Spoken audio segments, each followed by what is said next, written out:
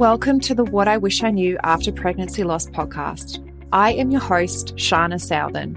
I am an angel mum, a rainbow mum, a pregnancy loss practitioner, and trauma-informed coach. I created the Institute of Healing Through Pregnancy Loss out of my own experience with loss in the hopes to provide understanding and healing, educating people on pregnancy loss, and creating more women or men in trained support roles. In this podcast, I hope to shed light on what I wish I knew in relation to pregnancy loss, opening up the conversation, breaking the stigma, and bringing real-life stories plus guest experts. Thank you for being here with me today, and let's dive into today's episode. Welcome, beautiful souls, to the What I Wish I Knew After Pregnancy Loss podcast. Today, I have with me the lovely Rachel Schaben. Rachel is a cosmetologist in Lincoln and enjoys helping others feel good and confident about themselves. After experiencing 4 early losses and the loss of her nephew, she knew she needed to help others navigate their loss and grief. Rachel is very passionate about helping mothers after they have experienced loss. Her focus is to help the community know about the services available and how they can help families. Welcome to the show, Rachel. Thank you, Sharna. It's nice to finally meet you. Yeah, it is nice to meet you too. All the back and forth on social media. We get to finally see each other in person or virtually in person. Yeah. Yep.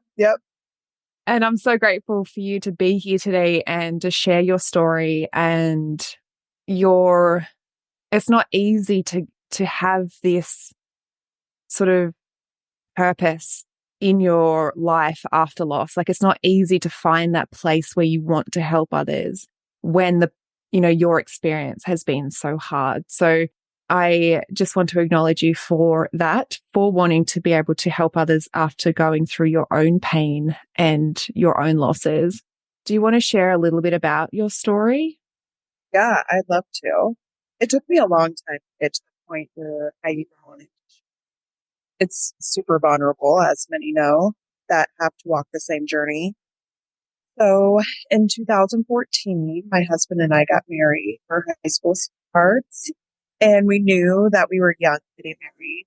It would take our time, like wanting children. So we were married about 3 years, and then we just started trying, and nothing was happening. And so we kind of questioned things, but we were still so young. So we continued to try, and we got pregnant with our first one about a year and a half into trying. So a little bit above average, I would say, for the typical person. So we were so excited and was like, let's just tell our families right away. So we went and made a custom cookie and had them say, like, baby coming in January of 2018.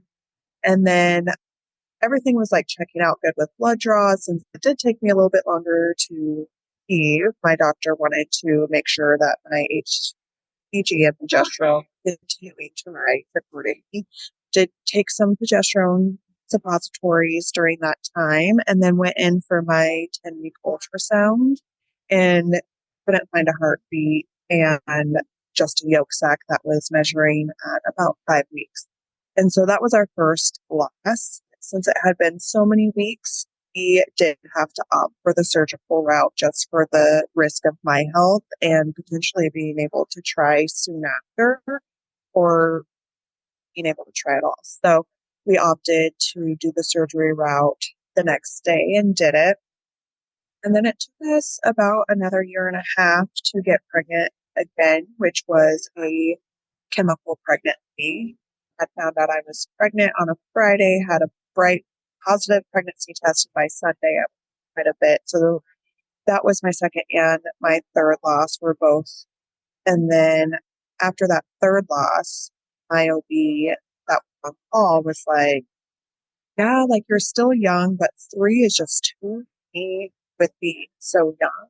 And so we did all of the genetic testing and everything came back like pretty crystal clear, except that I did have one mutation, and there's more evidence on it now with research, and it's called MTHFR. So people in our community probably, like, the light bulbs start going like, ding, ding, ding, like, yep, heard that. I do have that. I have 2 factors. I have 1 factor. I have 3 factors. But recent research shows different than when I first found out that I had that.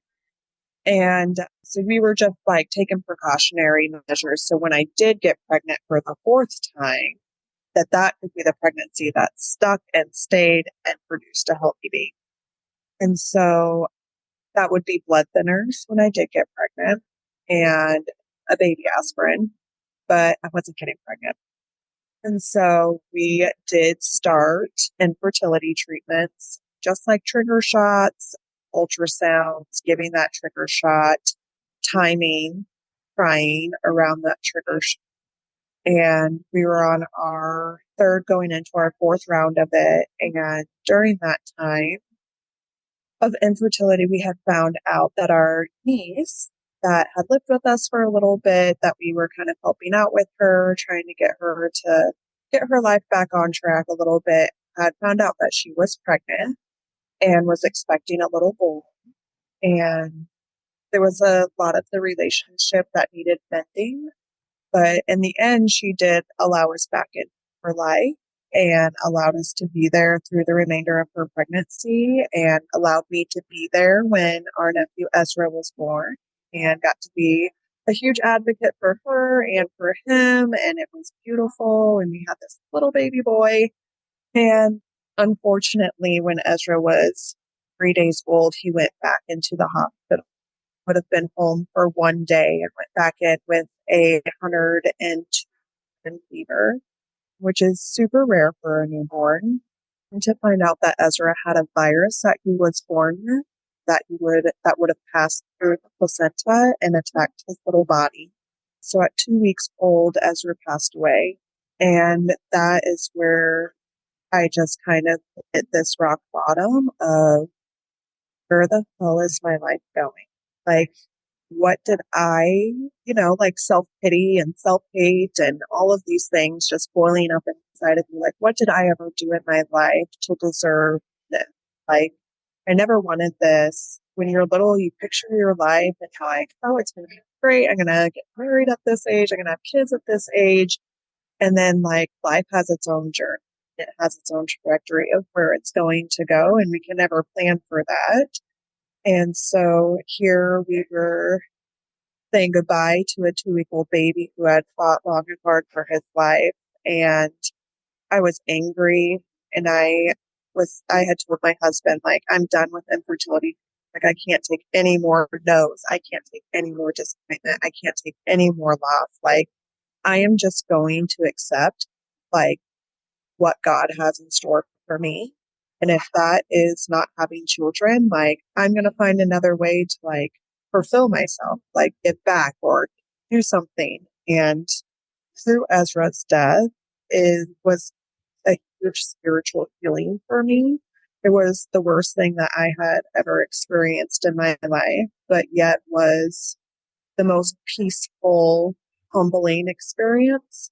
I guess when you hit rock bottom, the only thing you can see in the darkness is the only beauty that shines through, and knowing that his pain and suffering was ending and he was going to be in heaven and have this perfect body again and not have to worry about all the things that we worry about down here, or a body to fail him, is what brought me joy and peace at the time. And then after we had laid Ezra to rest, we had taken a trip, and a fishing trip. My husband loves to fish, so we had taken a fishing trip, and we're out on these like open waters all alone. And we had contemplated it in the past, but didn't know if we would like partly be strong enough to do it. But I just like turned to him and I was like, Tyler, like, I feel like we should foster. Like, I want to foster. Would you want to foster? And he was like, oh, well, I think so. And he's like, when we get back home, like, let's just make some calls and like see what the classes entail and go from there. And so we got back, and that was in July. We started our classes by that August, September, and we were licensed by like the end of December, and had 4 foster kids like all at once. It was a crazy, crazy time, but we took those kids in as a temporary respite position because their case wasn't supposed to go as long as it did, but it did. So that foster family was like, whoa, we only signed up for like 3 months. Like, we can't take any more time because we have other foster kids and our own children. So we were like, well, we'll take them for temporary and like build that relationship so that when we do officially get licensed, they can transition into their foster parents easily. And so we officially took them in January of 2020.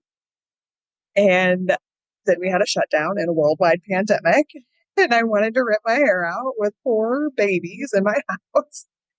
But then by April, we had found out that we were pregnant completely unexpectedly, like shocked the system. I never thought it would happen. And then mentally preparing myself for like, well, you're just going to lose this one too. Like, this one's not going to be anything either. Like, now you're going to have to go through yet another miscarriage with having 4 foster kids underneath your roof. Like, how are you going to do this? Like, how could you be so like naive to think that it couldn't happen? And so lots of anger, but I had an amazing support system. And my OB was like, Rachel, like, your numbers look fantastic. Like, this baby is thriving. And so I started my Lovenox and started my baby aspirin. And thank God for those foster kids because they were like the distraction that I needed from all of that negativity. And so I took in 4 foster kids, got pregnant, went through a worldwide pandemic, and had a baby. So, like, I guess God was saying, like, well, better late than never, or might as well be now. And so that landed us with our daughter, Ellis, who is now 2.5 years old and, like, literally the shining light of our entire life. Like, never in my wildest dreams did I, one, ever think I was going to be a mother, but 2, get my payback totally. Or 3, just like the beauty of motherhood. Like, it's so easy before you become a mother, regardless if that is having a baby or adopting a baby, any way that you become a mother, nothing prepares you for that unconditional love and just that, like, I get to be this little person's mom. Like, who would have ever thought? And so I always thought, like, okay, she'll just be our only one for the longest time, like when I was pregnant. And then after having her, I was like, I can't just like not give her a sibling. And so we were just like, yeah, if it happens, it happens. Like, we'll be thrilled if it does. A little bit of shock to the system, like financially, like craziness, but whatever happens, happens. Well, I did. I got pregnant last June. So it was a year ago in June that I got pregnant, and it started off fine. And then I did start to pain, and I was reassured through ultrasounds and testing that like everything looked good. The bleeding never stopped. And then one day when I was at work, I knew that that bleeding, like, that was not normal. And then went in for an ultrasound and they couldn't even see a baby anymore in there. And so that was my 4th miscarriage. And it just like all that mental healing that I've done and spiritual healing that I've done was like the scab was completely ripped open and this wound was just so raw. And it brought back every insecurity, every self-hate, and just like I hated it because like I had already went through all that. And then I had my daughter. And she didn't deserve a mother who couldn't get out of bed. She deserved a mother who was so sad. And so I had reached out to one of my friends that also has had the losses as well. And I was like, how do you get through the day? Like, I have no idea how you are still a mother to your son and like still get through the day. And she was like, honestly, Rachel, like, if I wasn't told about this local organization, I wouldn't be here today. Like, that is what helped me so much. And I was like, and she's like, and your story is what helps. Like, being able to come in and get my hair done and just talk to you and hear like how strong you were is what gave me strength. And I was like, me? Like, I'm a hot mess. Like, I can't even get through the day most days. Like, what are you talking about? And she's like, Rachel, you have no idea what you've done for me. And she's like, I think you would be great to help people in this organization. And so she had given me the contact information to reach out to a local organization here in Lincoln, Nebraska that's called No Footprint Too Small. And we help people, others, and families after a pregnancy or infant loss. We were founded in 2014 after the founder had lost her son to a stillbirth. And having it be local and in the community was huge for me. But I was like, I just dove in. I was like, no, I want to like talk to people. I want to help people. Like, I'm working on my therapy, but like, I want to meet these moms. Like, I want them to know that they're not alone as well. And so I started volunteering and have joined the board of directors and getting a support group locally here in the community up and running at least once a month has been my like driving force. So then I can help other moms and dads. Like, you aren't alone. And it doesn't matter if it's just a positive pregnancy test. Like, the moment you find out that you're pregnant, like, you become a mom, you become a dad, like, you start thinking about all of your future and all of your plans. And so that's kind of what has led me here. We still are on the fence about trying for another baby. I just say God willing at this point, because I don't ever want to quote unquote cry again, because the trauma behind that is so hard. And it's a risk, right? Like, do you take that risk and try it one more time and be let down? Or do you just like, I don't know. It's a hard question to answer. And so that's kind of where we're at right now, is just like Ellis. Like, if it happens, it is welcomed. It's a blessing, thrilled. If it ends badly, like, I know my mental health, which I think is just such a huge journey of its own, that like I can't go again. So if there's one more loss in our future, then Ellis will be our only baby, and I will dedicate my time to help other families navigate those waters as well. So that's pretty much my story in a long nutshell.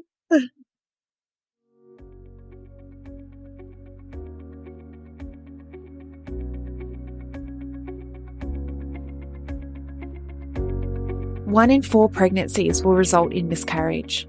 1 in 8 women will experience infertility. 1 in 100 women will experience recurrent miscarriage. And 1 in 160 births end in stillbirth. Have you been wanting to make a difference in the lives of women or men who have experienced pregnancy loss because you can see so many suffering in silence, but you just don't know how? Collectively, we can change how bereaved parents can access mental, physical, and emotional support after their experience. There is a lot of women with unhealed trauma, and there is a huge gap in the current support system when it comes to bereaved parents' recovery after loss. There are too many women and men suffering in silence. The Pregnancy Loss Practitioner Certification is a worldwide, one-of-a-kind program that gives you proven methods designed for healthcare professionals, medical staff, midwives, nurses, doulas, birth workers, coaches, and angel parents alike. The Pregnancy Loss Practitioner Certification is bridging that gap. It will give you a proven support structure to follow and education specific to pregnancy loss, created by a lost mum. It is creating more education specifically for loss so that you can enhance your service and become the point of difference. Or you can create the support that you so desperately needed in your healing after loss. This is the next level of growth and expansion you have been searching for. So does this sound like something that you have been searching for? Let's explore this more together. You can head to the episode show notes where you'll find the program application, or direct message me on Instagram and let's open up the conversation in how you can use this education. You have a gift, and I look forward to supporting you and witnessing you bring your gift to the world, healing and transforming women's lives.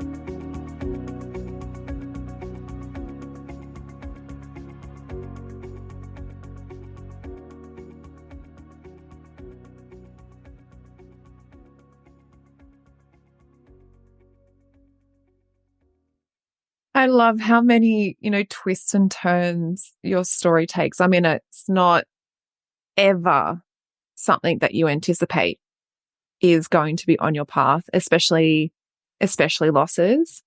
It's not anything that you ever are told about when you're a child, like, or when you're growing up and you're like, I'm going to have a family, I'm going to have kids, like, I'm just going to have sex and I'll fall pregnant. And you think that that's, how it happens and it's all roses and, happy families.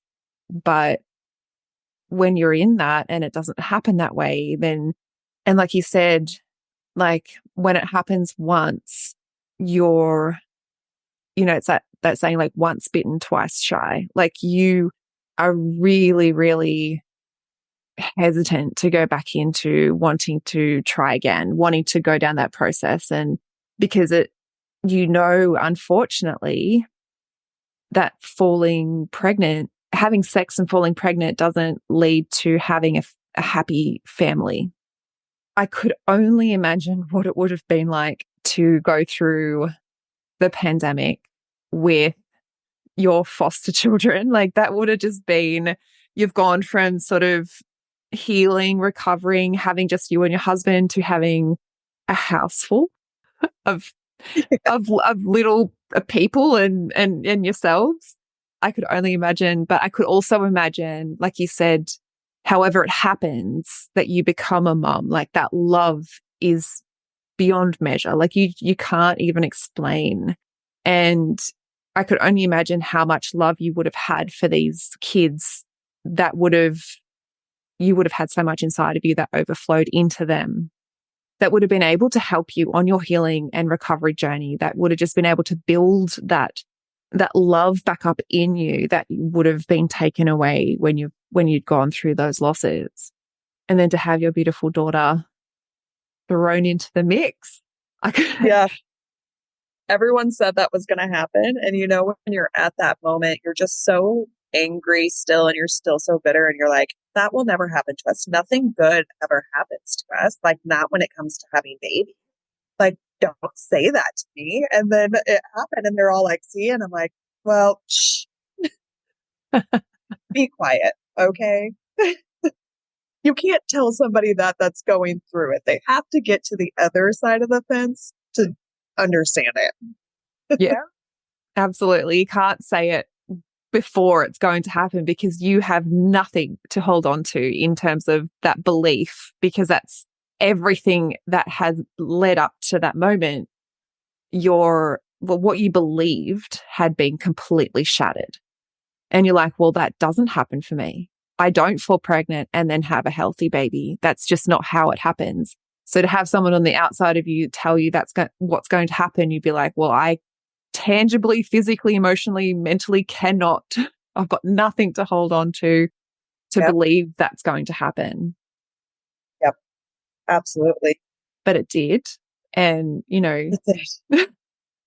and it's funny because when you do have that healthy pregnancy and that healthy baby after loss, it's almost like that baby is something extra. There's something extra special about them, and they intensify your life so much. And I think because you go through all of that heartache beforehand, you also have this ability to feel deeper. Like, you've felt the depths of despair, but you can also feel almost like joy and the happiness even more, like more intensified. It's like you can feel the extremes of the emotions even more because you have felt heartbreak.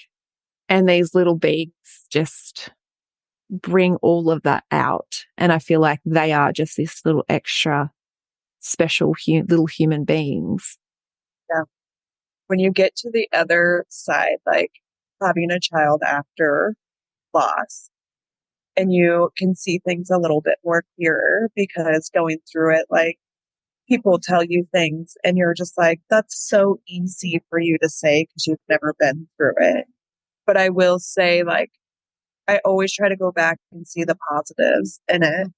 And it has made me a better mother, because, like you said, like, you just don't take those moments for granted. Like, the late nights, I remember those witching hours of a newborn. And I would just lay there with her on my chest, and I would cry with her. And I'd be like, baby girl, like, I will lay here forever with you. Whereas before, like I probably wouldn't have had the patience for that because I wouldn't have known how absolutely precious and how much of a miracle that moment actually is. And Mm. so I always like, I still have friends that lose baby and I meet people with what I do at the organization at the time that lose babies and they go on to have a healthy baby. Most of them do. And I always tell them when they get to that point, they're holding that baby. I always say like, we don't take things for granted. We cherish every single moment, even the hardest one. Know how precious that actually is. Yeah, you absolutely do. And and you're not even conscious of it. It just happens. Like it's almost like you've just got this extra innate ability to have that, inner knowing that in that moment, even though it's hard, it's precious. And you just don't fob it off. You don't wish it away. It's hard. It's allowed to be hard. You're allowed to think, oh my gosh, this is freaking hard.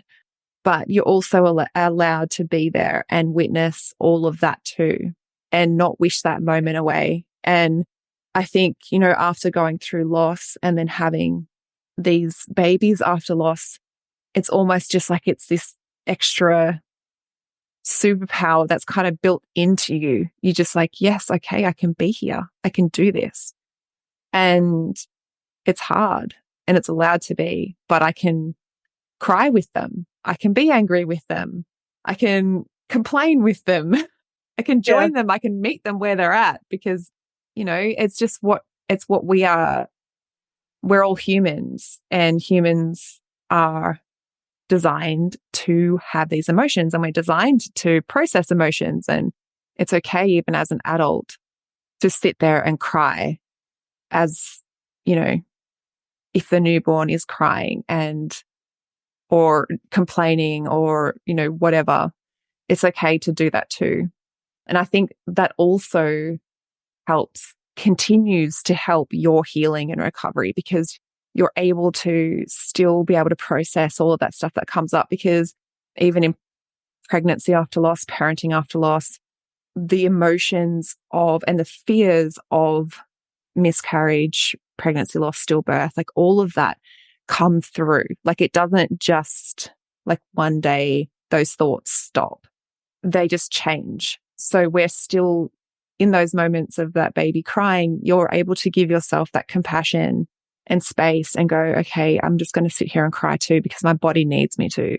And whatever it is that your body's processing in that moment, it's processing it and it's allowing it to move through you. But it's something like, I remember like something you said before as well, each time you went through a loss, your mental health would go back into that, almost at that same sort of spiral of like, I can't do this. Or each time you feel pregnant, my baby's going to die. It's such a hard place to be in each time. It's so exhausting. Yeah. And like my husband is extremely supportive, but like he says, it's not happening to him. And like anybody who's ever been pregnant at all or a mother at all knows how isolating it is. Like it is an isolating thing because it's only happening to you or only happening to your body.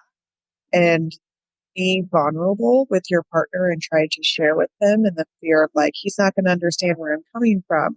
His grief isn't going to be the same as mine. And so like the toll that it takes on marriage is also something that we don't about. Like it is hard and everybody grieves so differently all around you. And then you have your partner and for many years of like anybody who's gone through infertility knows like there's moments where you really don't like that person. Everything's scheduled. Everything is not fun. Everybody's like, just relax, have fun. And it's like, you want to do that for 5 years? Tell me you want to do that for 5 years because I want to punch him in the face. And he doesn't like me very much either because it's not fun. We were there too. We were trying to conceive for 5 years and it takes all of the fun out of your relationship.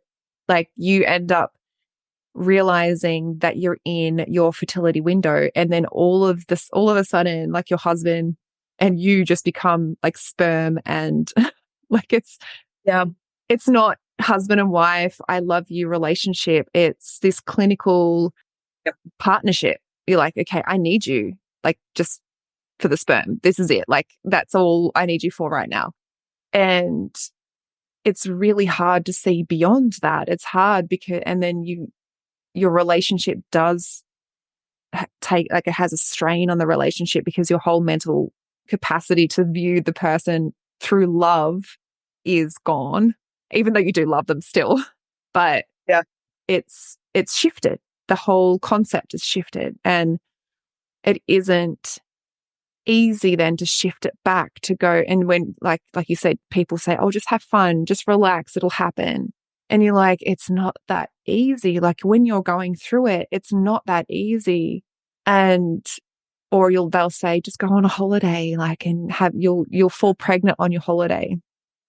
Yeah.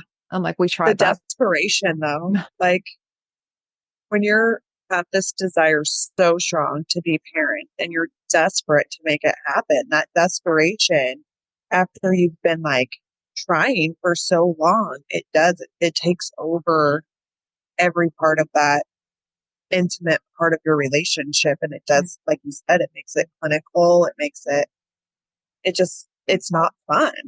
And then when you put the clinical side into it, like trigger shots or IVF and all the infertility, Clomid, all these things, it makes it even worse. Yeah. And it makes it hard then to connect with your partner and to remember why you guys are even doing it in the first place. Like, you don't ever think that that's going to be something you'll forget. You're like, we want to have children, we want to have a family, like this is the end goal, like that we love each other and all of these happy feelings. But then you go through that and then you're like, all of that sort of is stripped out of it. And the joy and the happiness, and it's more like you're more worried, is this going to happen each time you go to have sex, or each time, and then you have sex and you fall pregnant, and it's just this constant worry, and that doesn't seem to go away. Yeah. Like, when every teenage girl goes through her like identity crisis of like, am I skinny enough? Am I beautiful enough? Like, I don't like myself. And we always like get to this point in our lives. Like, I'll be 33 and I look back and I'm like, why did I ever complain about that body? Like, I would kill to have that body. And so when I always like tell people when I'm talking to them that are going through the depths of infertility, or people that are wondering if they will have to go through the depths of I always like, they're like, I hate my body. And I was like, I can relate to that. Like, it is one thing when we were younger to hate the outward look of our bodies, but a woman who goes through loss, fertility, they hate the inside.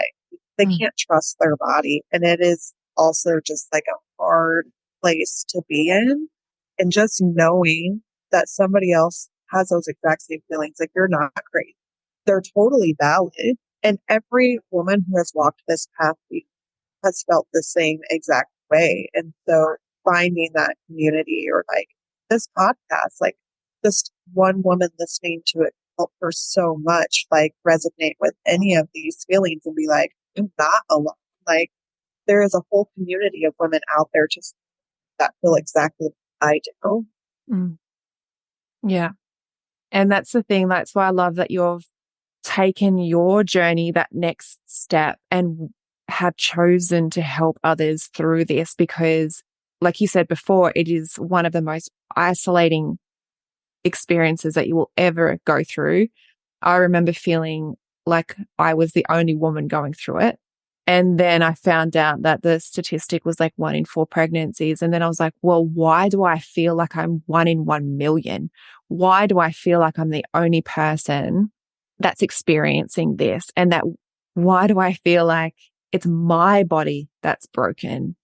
And to be able to have these communities or a group, or in the hopes that this podcast does give people that validation of what they're going through is normal. And I remember feeling feelings and thoughts that just weren't me. I was like, where is all of this coming from? But then I realized when I started to open up to people, they were thoughts and feelings and emotions that others had felt too. And that when I was able to hear someone else say, I felt that too, that was just this huge weight lifted off my shoulders. It wasn't me making it up anymore. And, and like you said, even if this just touches one person and one person can walk away and go, oh my gosh, I'm not alone. I'm not making this up. That's, our mission fulfilled. Like there's one more woman out there that can go on and go, okay, I'm okay. I'm not broken. I'm not making it up. I'm not a failure. I am worthy. I'm worthy of having good things to happen to me. I'm worthy of having a good body and being able to view your body in a good way, because it does. Even if you had a good perception of your body beforehand, navigating loss, it just shatters everything that you thought was normal before. Your whole identity is just stripped to its core, and not easy. And then, like just one person listening to it that could be like, there is the other side of this. Like, I'm not there yet, but like listening to this, like there is a whole nother side and I can get there too. Because there was some really dark parts of my path where I didn't know if I was going to. And I was honest with my husband about that, because it's depression is so hard, and navigating those waters without help is impossible.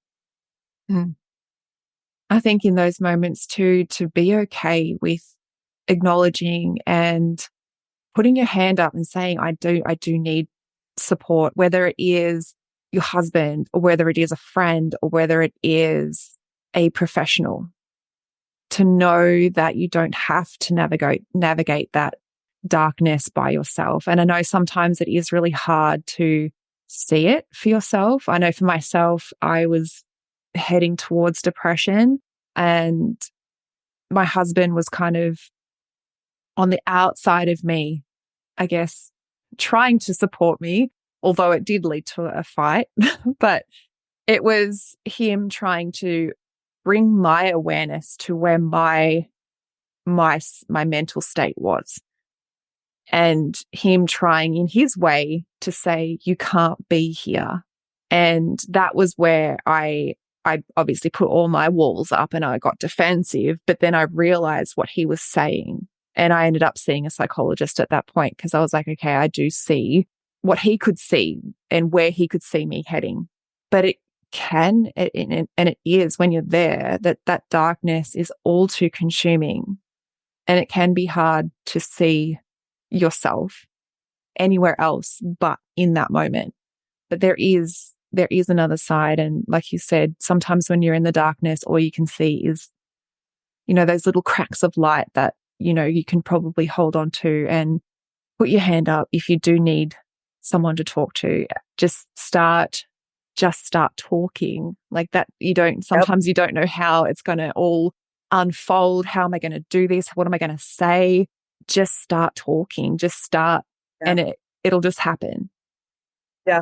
Even if it doesn't make any sense, or even it leaves your mouth and you're like, okay, overshared, like at least like it's out there, it's in the universe. And I'm sure it feels like weight just lifted off your shoulder, because I know that that's what it was for me. And trying to think, the first time I shared my whole story was on a stage in front of probably 100 people. I'm crazy. But it was so hard to do. But when I was done, it felt like I was just floating. Like all of the weight just was gone, and I was just suspended and just able to breathe.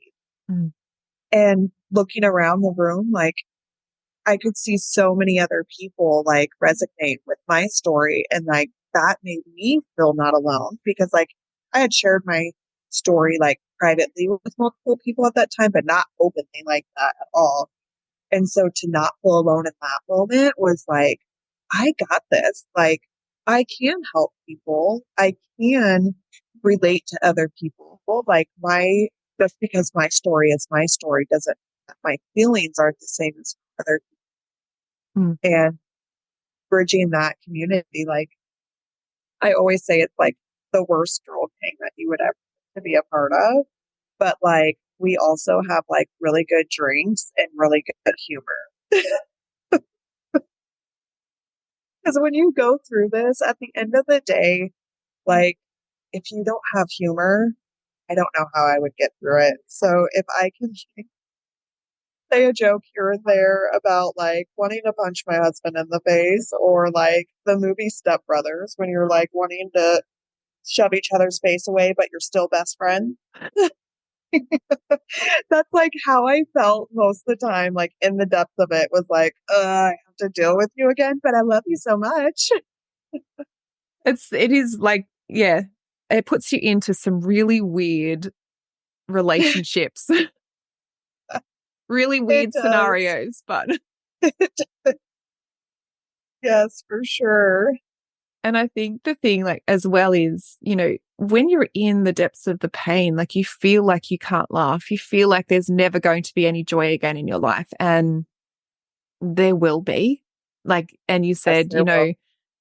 to that you like to have that humor and stuff like that with that community. Like, you can laugh again. You can laugh at jokes. You can laugh at things that happen in your life again. There will be moments and they'll start to creep back in. It will happen. And if you're wanting to open up and share, think of the person that would make you feel really safe to do that, and start with one person and someone that is going to be able to hold space for you, be able to listen and not judge and not feel like they're going to push, their opinions onto you. Like, find that safe person. And then I love how you actually got up on stage and shared your story. Like you said, you shared it with a few like individual people first, but then just, jumped out and shared it to a large audience. And Yeah. I could imagine how sort of invigorating that would have felt for you. Yeah. I mean, it was powerful for sure. I can't remember, like, I knew I stood up there. I like blacked out the whole time. Everybody told me it was great. I was like, I don't know how, because I don't remember two words that I really said at all. But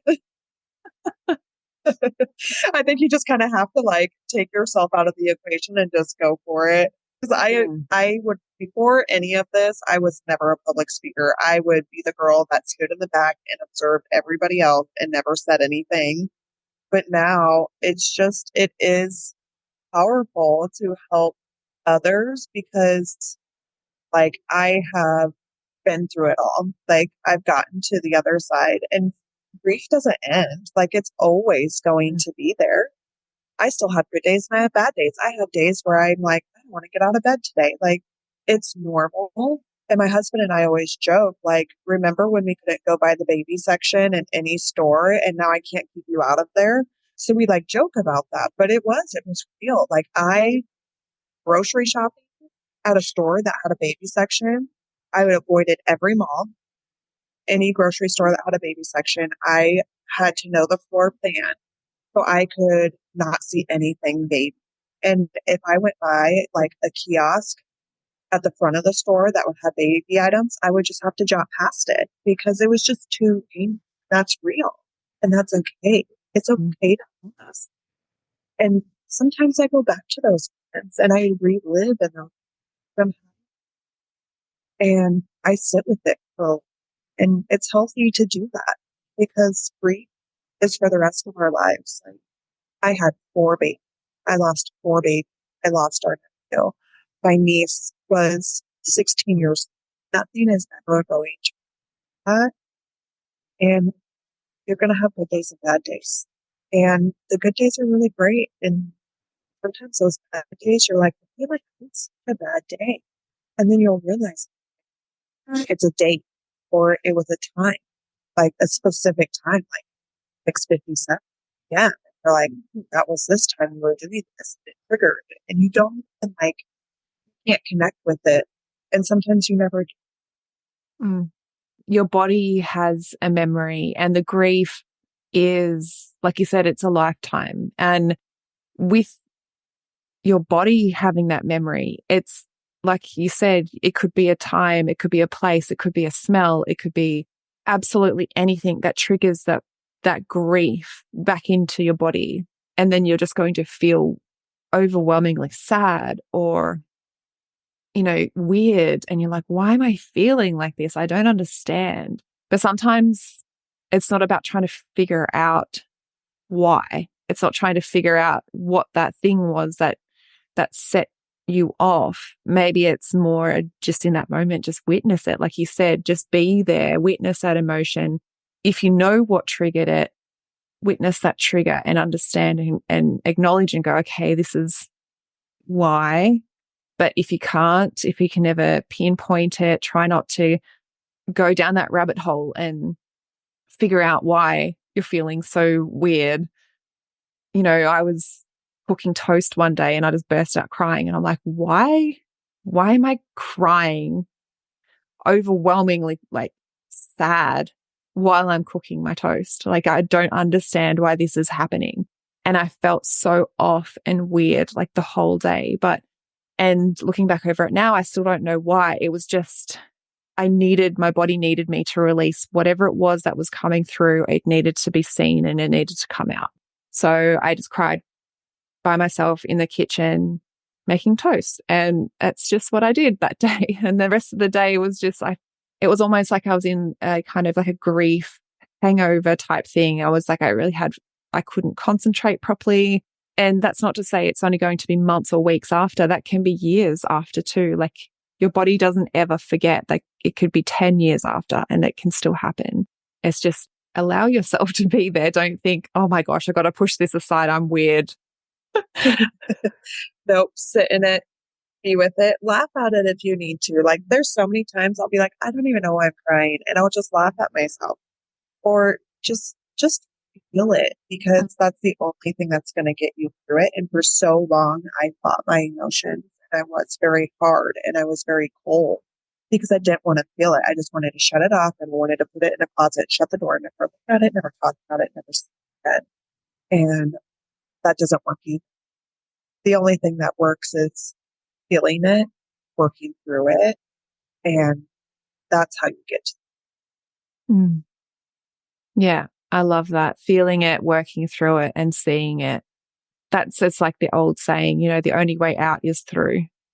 So, if you do want to get to that other side, if you do want to see the light and to be able to experience, the joy in your life again, we unfortunately have to go and feel these really uncomfortable emotions and grief and pain, and all of those emotions that come along with that aren't ever going to be comfortable. And pushing them aside is only going to make it worse. So I really acknowledge you for sharing that too, because that's a really big realization to come to, because a lot of people don't want to feel it because it is very painful, and it's a natural human thing to try to avert from pain. Like, we don't want to feel it, so we're going to try and push it and put it over here so we don't feel it. We have that natural aversion, but it's something that we definitely have to go through. The one thing that helped me the most was my grandmother always said, like, she had 16 kids and she only lost one. But anybody she ever knew, she said, name that baby. It will bring you so much more peace to help move past that loss, to name that baby. And so that always stuck with me. So my husband always trusted me to name our babies. He thinks it's a little weird, but he's a guy, right? Yeah. So I named all 4 of ours, and it helps me to name it and to deal with it. And so our babies' names are Iris, Poppy, Sunny, and Forrest. And then Ezra's kind of in the middle of there because we count him as one of our own because we love our niece and love him. So, yeah. Yeah. It's beautiful. There's a book that I have. It's written by a monk, a Buddhist monk. And it was, one of the things that one of the pages I always go back to is, how we can navigate our losses. And one of the things is naming our losses and being fully aware of who they are and what they stood for in our life and giving them that place. So I think that's beautiful that you've named all of them. And they're such beautiful names too. So I love them. I figured go earthy. We didn't know the genders of them, so do earthy name. Yeah. No, beautiful. Absolutely beautiful. Thank you so much, Rachel, for being here with us today and sharing your story and all of the things that you have been able to, to do and to create and, and then support others through their pain as well. Yeah. Thank you for having me. And I loved sharing my story. And if I can help anyone, that's just one more person that hear my story and help them through theirs. So thank you.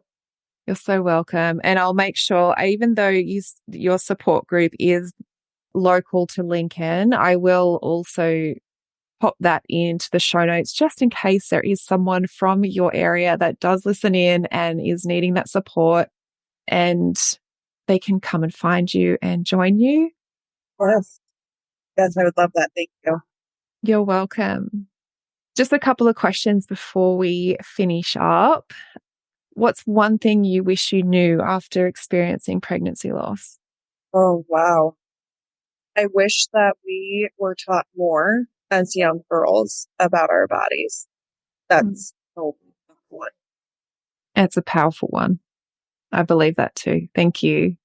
And then where can people find you and connect with you? So the easiest way to find me would be on Instagram. And my Instagram name is Rainbow Mama 2021. So the year that my daughter was born. And I'll pop that in the show notes as well. So people are only one click away from you. I really do appreciate your time and how much you've been able to share and your vulnerability. Thank you so much for being a part of the What I Wish I Knew After Pregnancy Loss podcast. Yeah. Thank you to all that have listened in. If this episode was valuable to you, I invite you to leave a review on Apple Podcasts, and I look forward to supporting you on the next episode. Thank you for listening in with me today. I hope you found this episode helpful. If you did, I would absolutely love to hear from you. Take a screenshot of this episode, share it to social media, and tag me at Institute of Healing _PL. I love seeing what is resonating with you right now. If you want to chat further, I invite you to connect with me through Instagram. Head over and follow my Instagram account, send me a DM, and let's open the communication. If you want to know more about how you can be the support for others, head to the show notes and fill out the application form for the Pregnancy Loss Practitioner certification. I want to also note here that what I share within the episodes is not medical advice. If you need further support, please consult your doctor. Thank you again. Much love to you. Be gentle with yourself, and I look forward to supporting you on the next episode.